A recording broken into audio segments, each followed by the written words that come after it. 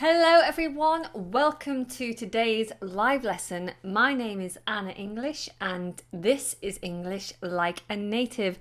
It's Monday, it's 4 o'clock and that means we are doing some more phrasal verbs. Just 5 phrasal verbs for you today. These are verbs that we use all the time that every native will know, and so you should know them too. Now, I have my notes as usual, which I'll be going through. Patrons are also here in the patron Skype room. And let's get straight on in there. And as you might be able to tell from the thumbnail, the first phrasal verb is the phrasal verb bog off. Now, if you are familiar with this phrasal verb, you'll know this is quite a abrupt and maybe slightly rude phrasal verb. Rude as in it's something you'd say to someone if you're annoyed with them. So if you want someone to go away, or if someone has irritated you with what they've said, then you say, bog off. It's very similar to the phrase get lost. Get lost. Now, it does technically mean go away, but it doesn't mean necessarily that you want them to go away. You wouldn't say to them bog off, meaning leave. You might just say bog off, saying shut up, or stop talking about what you're talking about, or I'm offended. So bog off is just a phrase you'd use if you're annoyed, basically, and only with someone that you know very well or that you don't mind offending. I would never use this in a formal situation. I don't think I've ever used it actually, but if I did use it, I'd probably use it with my brother or sister, or I might use it with my boyfriend, or I might jokingly use it with a friend, maybe. Have you ever heard this phrasal verb? Hopefully no one's ever told you to bog off, but have you heard it before? Okay, so I'm just going to show you it written down. Now do feel free to try and write a sentence now using this phrasal verb. Remember, this lesson is all about me helping you. So I want you to try and put these phrasal verbs into practice, and then I will correct you if you're using it incorrectly. Okay, so here we go. Bog off. And it means to get lost or go away. It is slang, so only use it in informal situations. And it's usually used when someone has annoyed you. The example sentence I gave is, he tried to tell me that I couldn't park, so that's talking about my car.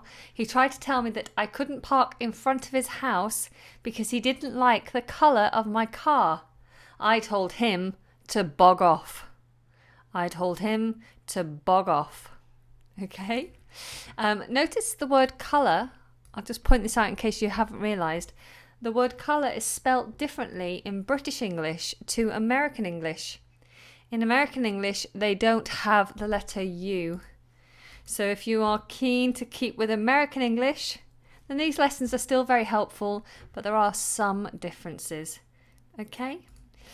All right. So, ladies and gentlemen, I do have to point out, you may, if you're very perceptive, notice that I'm speaking maybe slightly differently, a little bit more guarded on how I'm speaking.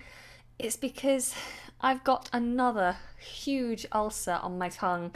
You'll remember not so long ago, maybe 3 months ago, I got such a big ulcer that I couldn't work. I couldn't do lessons, I couldn't talk for a whole week.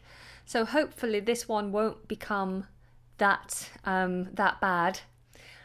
But that's why I'm speaking funny, because I'm in a lot of pain. Woe is me. But it's fine. I'm here now and I'm working through it. So I will not be bogging off anytime soon. So now looking at your example sentences, I've already got a couple coming through. Let's have a look. If you're watching this pre-recorded, you should be able to see the chat box at the side, and you'll see these also on the side of the video. I've got Vineet says, I told my friend to bog off. Only one G, Vineet, not two. I told my friend to bog off when she said me to play with her. When she told me When she told me, that's more of an order, isn't it? She told me to play with her. That would work better. My colleague kept annoying me, so I told him to bog off. Very good, Sarah. Well done. Chow Young Yi says, bog off. Don't disturb me. I'm doing my assignment. I need to submit it today. Very good. Make sure, Chow, that you're putting a space after every piece of punctuation. Full stops, commas. You need a full stop every time, a space between them. You can't have them all right next to each other. Okay, and now I'm just going to jump over to see what my patrons are saying. Hello, patrons. Welcome. I've got Alexander. Alexander, you've asked a few questions. I'll double check that later for you off the air. But you've said as an example, for example, Anna, for example, bog off, I'm trying to sleep. Yes, you could use that. Bog off, I'm trying to sleep. Hello, Georgie. Julia, how long have you been talking about that boy? Bog off, I'm annoyed. Yes, very good. Very good example there. And poor you, another ulcer. Yes, I'm very prone to ulcers. I'm very prone to ulcers. It's just something that happens when I get a little bit run down. But thank you for your concern. Alexander, I wanted to take an autograph from Taylor Swift, but I was told to bog off by a security guy. Well done. Good afternoon. Welcome. Okay, while your examples are coming through, I'm going to go to the next phrasal verb. Fabulous. Okay, so the next phrasal verb is using the verb to boil. Boil. Now, boil can mean a couple of different things. It could be a noun. Sometimes if you have a boil, it's like a lump of skin that grows. And if you want to remove them, you have to get them cut off. That's a boil. You could say that I'm going to boil, which is when you get so hot, you get too hot. You could say that the weather is boiling if the weather was very, very hot. You boil water. But as phrasal verbs, we have a few options with the verb boil. Now, we have the first one, which is boil down. To boil down is basically to reduce something to its most basic. Now, normally when we're talking about boiling something down, we're talking about something that's liquid based. And usually we're talking about cooking. Usually. Not always, but usually it's anything to do with liquid, and it's usually talking about cooking. So, the example sentence I've given here is to say, the trick to making a good risotto is to allow the stock to slowly boil down. The trick to making a good risotto is to allow the stock to slowly boil down. Okay, nice and easy. Hopefully you'll find that one easy. So I'd like you to write a sentence. Let's try and base it around cooking, because I only really hear this when talking about cooking. So what would you boil down? So see if you can write a sentence using boil down. And while you're doing that, I'm going to come back to my lovely patrons and see what Vivian has to say. I would never tell a person to bog off on his or her face as long as the person stay on his or her good behaviour. So first of all, I would never tell a person to bog off to her face or to his face. Now, because you've said person, you've been generic. I know you've been generic here, but what you should do here is say to their face. So if you're not specifying a boy or a girl, then you'd say, I would never tell a person to bog off to their face, as long as the person stayed on their best behaviour is probably what we'd say. As long as a person was on their best behaviour. Okay, I hope that helps. Okay, patrons, do feel free to continue adding your examples and I will help you with those. Okay, let's come back to you guys. Hello, good evening in China. Hello, shortening and euphemistic alterations from bug off. Okay, I don't understand that one. I don't understand what you're trying to say with that. But anyway, let's carry on. Have we got any examples here? Bog off, I'm not sharing my food with you. Good, Fitland. Sharing is spelt differently. You don't need an E in sharing. Okay. Do we have any examples with boil down? John Noble, are you really pregnant? Yes, I am really pregnant. Ta-da! No examples. Oh, here we go. Marlena says, do not touch these cookies. They need to boil down. Now, cookies, you don't boil cookies, you bake cookies. Cookies are like biscuits. You normally make the dough and you put them in the oven. I'm just going to put this light on here so you can see my face better. You put them in the oven and they bake. They bake. So you wouldn't boil cookies down. It's a good attempt, but boiling down has to involve liquid that you want to reduce. Okay? Any other examples? I boiled down the article to half the length. Very good. Now, Mohammed has used boil down, but taken it away from liquid and just used it to mean to make something very short and basic. So that's good. You've used that correctly. So any more examples? Okay, I've got one here. Let's have a look. Let's bring this up on the screen. This may seem a large quantity of mushrooms, but they do boil down considerably. Good. I would say like here. This may seem like a large quantity of mushrooms, but they do boil down considerably.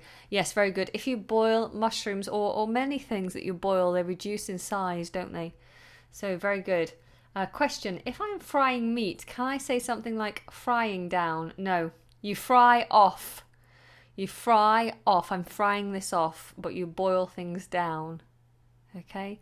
And I think with boil down, we use the word down because it reduces, because it lowers. It decreases, so we use down for that reason. Okay. Okay, so let's go back to our notes and look at the next phrasal verb. Oh, sorry, I'll just answer this one and then we'll go. If you want to make this soup have a thick texture, you need to boil it down with a small fire. Very good. Well done. All right, let's have a look at the next one, shall we? So, boil down. Then we have boil down to. Now this is the one I hear more often used, to boil down to. This little word makes a big difference. So if you're talking about something boils down to, then we're talking about the most essential element or the most basic aspect of something. It's hard to explain, but the example sentence I've given here is, imagine I'm looking around a house because I want to buy a house. And the estate agent, the person who is selling the house, tells me lots of wonderful things about the house. They say, oh, Anna, it has a marvellous garden. It's the biggest garden you'll find in the area. It's got lots of beautiful, bright rooms, great for filming. You've got lovely neighbours. Underfloor heating. It's a very warm house. It's very secure. It has an alarm system. He could tell me all these wonderful things, but I will say to him, look, you can give me thousands. You can give me 1,000 reasons why I should buy this house. But at the end of the day, it all boils down to the price. How much is it? So I'm saying, look, it doesn't matter how many good things you can tell me about this house. The most important aspect, the most important thing I need to know and what is essential for me to buy this house is to know how much it is. Because even if it's the best house in the world, if it's too expensive, I can't buy it. Okay? So I'd like you to try to write a sentence using boil down to. Now we normally say boils with an S. It boils down to. This is what it boils down to. Another example, maybe two people don't get on very well. And you say essentially, the reasons why they don't get on all boil down to the fact that they are brother and sister, or the reasons they don't get on, and it all boils down to the fact that they really love each other and they can't be together, and it makes them very angry. Okay, so that's another example of using the phrasal verb boils down to. So Rosa says, I don't cook risotto so often because it takes a long time. You can't say it takes a long time. You have to add a in there, Rosa. It takes a long time to boil it down. Good use of that phrasal verb boil down that we just previously looked at, but just add a to that sentence and that will work. So The Rock says, it's true that all students... Oh, I just lost it. Where did it go?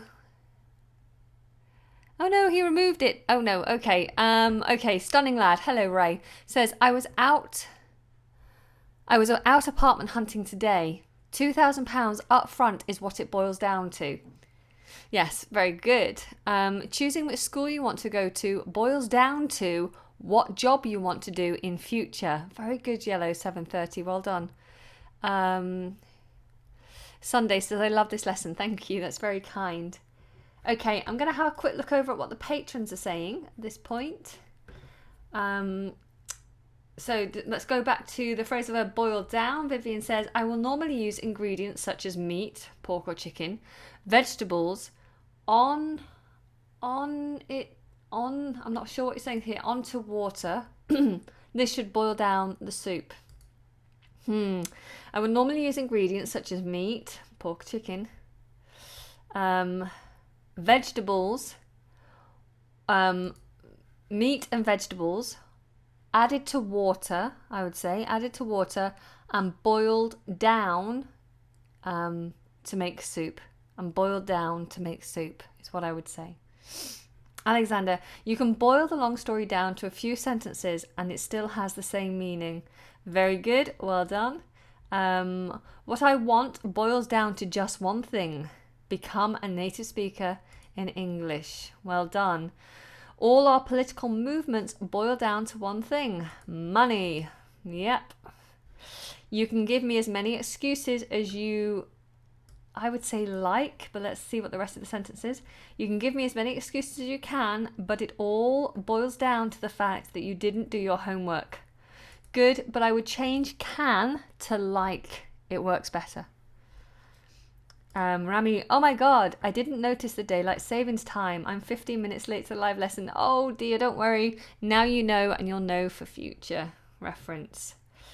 It all boils down to attitude. Very good. Well done. All right, so I think you've got the hang of that one. Let's now jump on over to the next one. We've got two more left, guys, but this one has a double meaning. So technically, and the next one's got a double meaning. So technically we've got 4 left, but obviously they're double meanings. So, and while we're at this kind of halfway point, if you haven't already, then please do show your appreciation to this lesson by giving me a thumb up. That would be excellent. And if you're not already a subscriber, but English is something that you really want to improve in, then please click the subscribe button and the bell notification button so you don't miss any future lessons. Yeah, and I think that's it really. Oh, and if you don't mind sharing with someone who you think might find it helpful, with any English learning forums or any groups that you're a part of where people are interested in learning English for free, then please do share away. I'm finding it very difficult to spread the news of these lessons at the moment. Everyone wants you to pay money to advertise and to share, and I think it's very unfair. But if you can share for me, then that would be a really great help. Okay, let's move on. So, the next phrasal verb is to boil over. Now, we use this in 2 different contexts. They both kind of mean the same thing, but one is when we're talking about liquid, and one is when we're talking about an emotional situation. So firstly, when we're talking about liquid, this is nice and easy. Usually you'd hear this in the kitchen because that's where we're normally boiling things. We might boil water or milk or soup in a pan. We might be boiling a stock or a stew. You might be boiling the kettle, although I would be surprised if the kettle ever boiled over. And so it's basically liquid flows over the sides of the container due to and while boiling. So if you make something too hot, or maybe the pan is too full and you boil it, it rises up and up and up until the liquid flows over the sides, makes a terrible mess, and you're like, oh no. I have it with porridge. Sometimes I'm a little bit lazy, and I put my porridge in the microwave to heat up. And every time I do it, it's terrible, I shouldn't do it. Every time I make porridge in the microwave, it always boils over. So it'll bubble, bubble, bubble, and then it all goes over the sides, and having sticky porridge all around the bowl in the bottom of the microwave is just terrible. It's so messy and it takes so long to clear up. So I don't like it when my porridge boils over. It's not so bad if water boils over because it's easy to clean up. It's not ideal, of course. You don't want things to boil over, but sometimes it happens, right? If you get distracted or the heat is up too high. So the example sentence I've given here for boil over in this context is, I turned away from the hob, and the hob is the top of a cooker where flames are, where the heat is at the very top. Okay, so you might have a gas cooker or an electric cooker. I have what's called an induction hob. It's a very new style of hob and it's very safe, so no one can burn themselves. Okay, I turned away from the hob for 5 minutes, and when I looked back, the pan of soup had boiled over. Okay, and I do have to just stop for a moment to say Nabil has dropped a £2 super chat. Thank you so much, Nabil. You say, hey Anna, I like your lessons from Leeds. Woohoo! Well, thank you so much, Nabib. That's very, very helpful. Nabil, sorry, not Nabib. All super chats go towards helping this channel to survive and to continue to grow. It's very difficult to provide free education as a full-time job, but I try my best for you, and the support of people who like you, Nabil, who gives super chats, and my patrons make a world of difference. So thank you so much. And as my way of saying thank you, Nabil, if you drop me an email, I'll send you over the notes from today. So I'll send you the notes from these 5 phrasal verbs that we've covered today, so that you have those in your records for future reference. Thank you. Okay, so that's boiling over, talking about liquid or something in a pan that you're cooking. Now we can also talk about emotional situations that boil over. Normally it's if someone gets angry, or if they are quite sad and they're going to burst into tears. You could say they are boiling over. So it's when a situation reaches an intense emotional state and can no longer be contained. So the example sentence I've given you here is, the atmosphere in the house is unbearable. Everyone hates each other, and we do not want to be there when it all boils over. So this person is suggesting that any moment now, all these people who are in this house, because they hate each other so much, any moment now, they are all going to start arguing. They might even kill each other. Who knows? It might turn into punching and scratching. It could be very nasty. So it could turn into a very nasty situation. So we don't want to be there when it all boils over. Okay, so it's very similar. It's very similar to when a pan boils over, because it's not something you want to happen. You can see it coming. It gets higher and higher and higher, and then it explodes, or it goes over and makes a mess. It becomes a nasty, sticky situation. Okay, so emotional or liquid based. Let's have a look at your examples, shall we? Right. Nilam, I'm glad you're here. I know you were waiting for the live lesson. You said milk on gas, boil over. Gas is spelt with one S. So I would also say I'd put milk cooked on gas, boils with an S at the end, over. Milk cooked on gas, boils over. Okay. Today, the atmosphere of my home boiled over because my mum was mad at me because I forgot to turn off the gas and the curry boiled over. Well done. So you've used two versions of the same phrasal verb. That's really clever.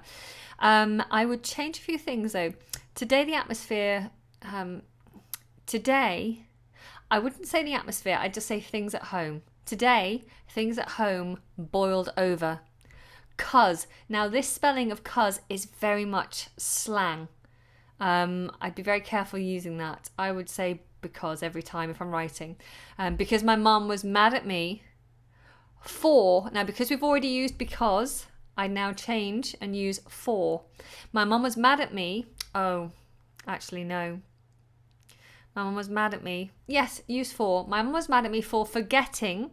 So you have to change forget into the continuous. My mum was mad at me for forgetting to turn off the gas and the curry boiled over. Or you can say, as a consequence, the curry boiled over. Don't use got either. The curry boiled over, that's all you need. Okay, well done. It's a good example.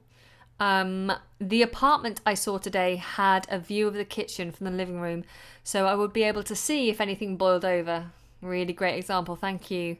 And just working back here a little bit. It happens to me all the time with milk, says Rosa. Yeah, it's messy, isn't it? It's very messy. Water boils at 100 C over. Water boils at 100 C over. Boils over at 100 C. Water boils over at 100 C.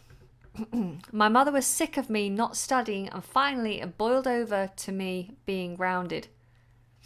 Finally, it boiled down to me being grounded. You could use.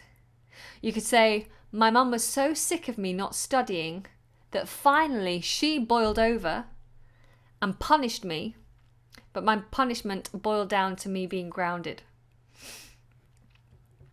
As a superstition, it is said that if coffee boils over, it brings good luck. Really? I didn't know that. Okay, so I'm going to just jump over to my patrons now and see what you guys are saying, and then I'll move on to the very last phrasal verb. Gosh, it goes so quickly, doesn't it? So we've got, what have we got here? There are plenty of reasons why most people failed. Or fail, so don't use ed. There are plenty of reasons why most people fail. Or give up, so don't use the past tense. Give up on their journey of learning English. Don't say speak terrible English. Such as the fact that they weren't born or raised in an English-speaking country. Space, always put a space after punctuation. However, it all boils down to, good, space here again, and no capital letter there because you've just used a comma. However, it all boils down to the fact that they do not dedicate enough time to, you are dedicated to, they do not dedicate enough time to learning English or use excuses to make themselves feel better. I would say and use, not using, and use excuses to make themselves feel better. Good. There are many ways to study in schools or universities effectively, space, but the ultimate way to learn,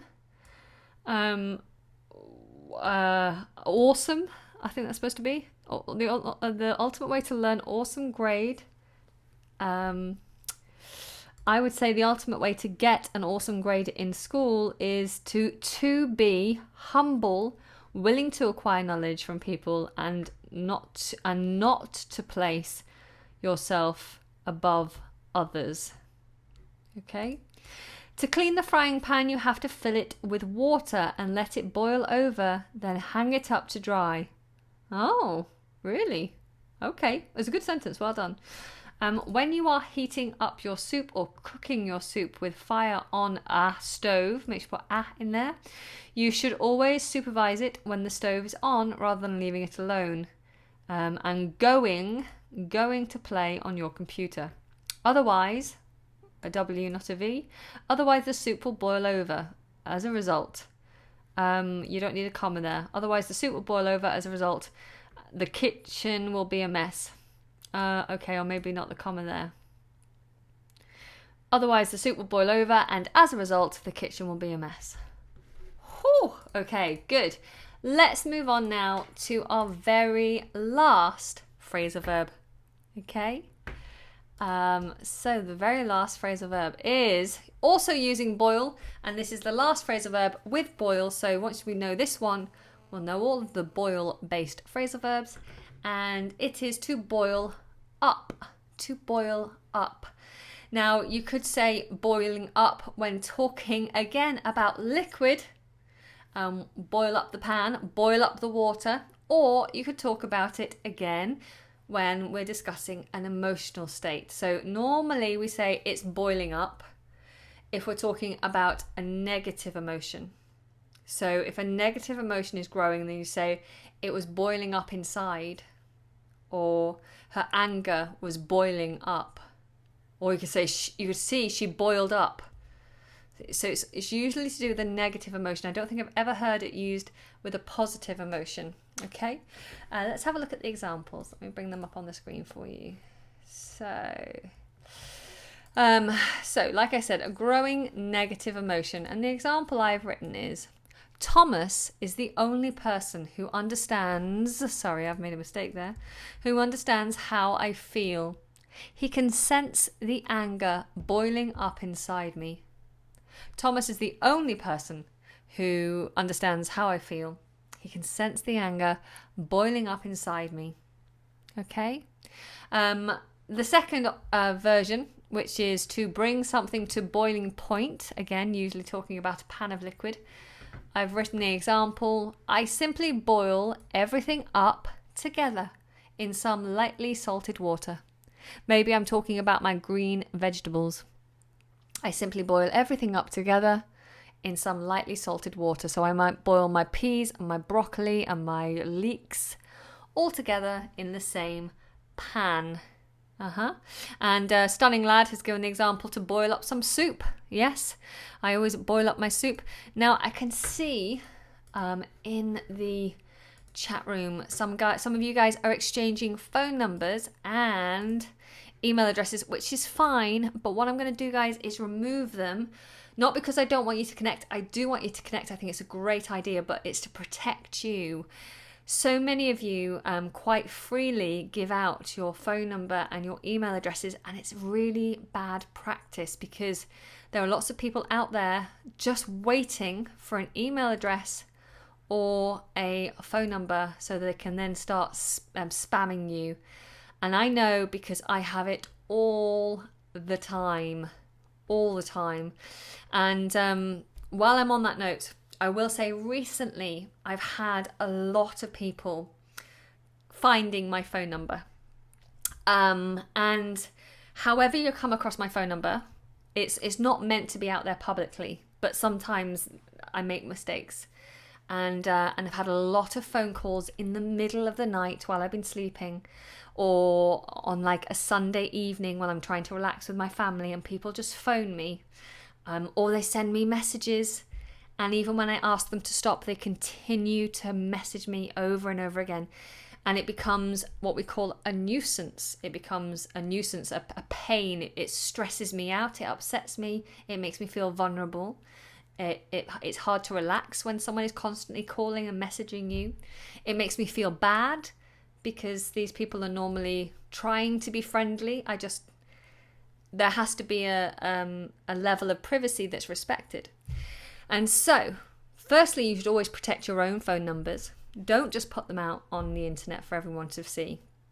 But secondly, I guess, if you are someone who comes across my phone number ever, and I haven't personally given it to you for whatever reason, please respect my privacy. Please don't use the number, and do let me know in another way where my number has cropped up. I have the same with emails. Lots of you send me emails, and it's lovely because most of the time you're just sending me emails to say, I loved your lesson. I think it's wonderful, and they're very, very nice to read. But my email account is so full of emails every day, important business-based emails that help me to run the channel, help me to continue doing what I'm doing. And sometimes I get lost in my emails because I have so many emails from viewers. So you guys can talk to me here on YouTube. That's what YouTube is here for. I read all the comments, every single comment that comes through, I read them. If I have chance, I do respond, or I'll give it a thumb or a love heart if I really like it. If I don't like it, I think it's inappropriate, I'll remove it, which I do regularly if they're bad comments. No negativity on this channel. But yes, so all I'm saying is please let me allow my email to be for business. My phone number is for my personal use and for my special little WhatsApp group, or for my private students sometimes. And YouTube is for you guys. Okay, so let's keep those things in the right place, and that's cool. And also look after your own personal details. It's quite difficult once your phone number is out there, once your email's out there. Everyone will become spammers, and they can misuse your personal details. So please be careful. Please be careful. Okay, so let's just quickly recap on those phrasal verbs that we learned today. Boil up. Oh, I'm boiling up, I'm angry, or the pan is boiling up. If I'm not careful, it will boil over. Or if I don't control my anger and calm down, I will boil over. And then we have boil down to. What it all boils down to at the end of the day is that I want to help you with your English. That's what the essential and most basic driver of me being here on YouTube is. I want to help. So that's what it boils down to. But while I'm trying to help you, I'll make some soup. But the soup is very runny, so I'm going to boil down the soup so that it's a little thicker. And then the first phrasal verb we had was bog off, which, as I explained, can be seen as a rude term. Okay, so that's all that we have time for today. Thank you for giving me your attention for 37 minutes. Goodness me, the time does go quickly. Some of you are asking me now, what is the time here in my country? Well, here in London, in England, it is 39 minutes past 4. So we are coming into the late afternoon. What I might do is get a little breath of fresh air after this before carrying on work this evening. I have had a couple of new patrons join me recently. I will be sorting you guys out with access to the drop boxes later on this evening, so look out for emails in your email inbox. And thank you for joining me. I hope you all have a lovely evening. Patrons, I'll stay online for a few minutes to answer any final questions, and I hope that you guys will join me again tomorrow. I won't be live, but I will be releasing a very special video tomorrow evening where I collaborated with some very, very lovely, beautiful English teachers from another channel. So I hope you'll be joining me for that. That's tomorrow evening. Possibly another live lesson on Friday, but lots of lessons coming in between times this week. So keep your eyes peeled, make sure you've subscribed and click the bell notification button. Otherwise, take care. Mwah. Lots of love from London, and goodbye.